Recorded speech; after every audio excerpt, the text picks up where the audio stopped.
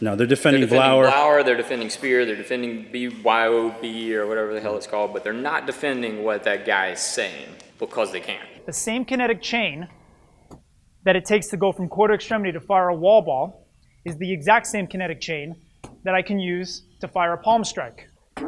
Like he legitimately says, if you do a workout that has a lot of wall balls in it, you're throwing more power punches than a pro fighter throws in a workout or in a fight.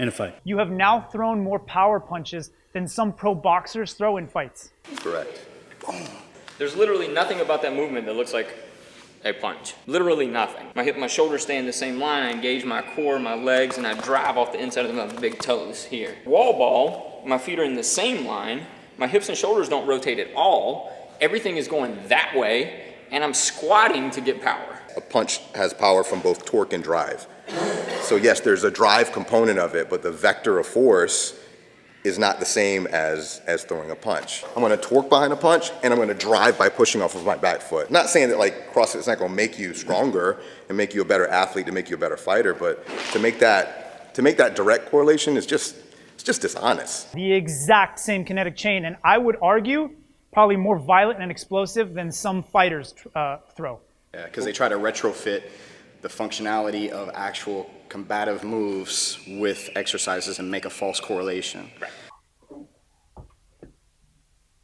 They're trying to make an exercise fit a movement as opposed to taking a movement and working an exercise around that movement. So Josh puts on his seatbelt, he reaches across, same motion, okay, covering the face.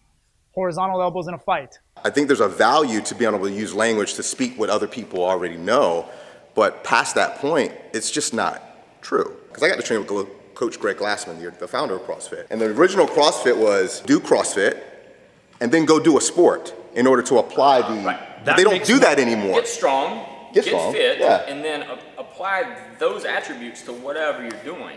But don't try to make whatever you're doing fit into these specific moves and movements. Coaches make you do thousands of these. Knees to elbow, okay? Same kinetic chain, that closing of the core. Add mass, add strength, add conditioning, and then apply that. I sent this video we're talking about, I sent it to a friend of mine who is the only guy on the planet to ever be strength and conditioning coach of the year in college and in pros. His text back to me was, sounds like they have a bunch of suckers in their class. I would have been one of those suckers for damn sure, But man. see, there's a lot to that. The guy is very engaging, and he may be an awesome dude, and he's probably a great CrossFit coach. He's very engaging. He uses a lot of really cool buzzwords and terms that make people nod their head right along. I wouldn't be surprised if he's a student of some NLP, neuro-linguistic programming. Like if I'm talking to Eli and I go like, hey, you agree with me, right? And I start nodding my head, then he's kind of picking up on my body language, and that kind of has a way of communicating with them, with nonverbal, it's nonverbal cues in order to elicit a response from you psychologically. These are people that have paid to learn from this guy, so they want to believe in what he's saying. I mean, if I pay a bunch of money for a course that I'm hopefully going to go back and teach, I want to buy in. I don't know the guy at all. That's the first time I've ever seen him before. He's probably an awesome CrossFit coach, and that's cool. Be an awesome CrossFit coach. One more thing. Let's say we reverse it.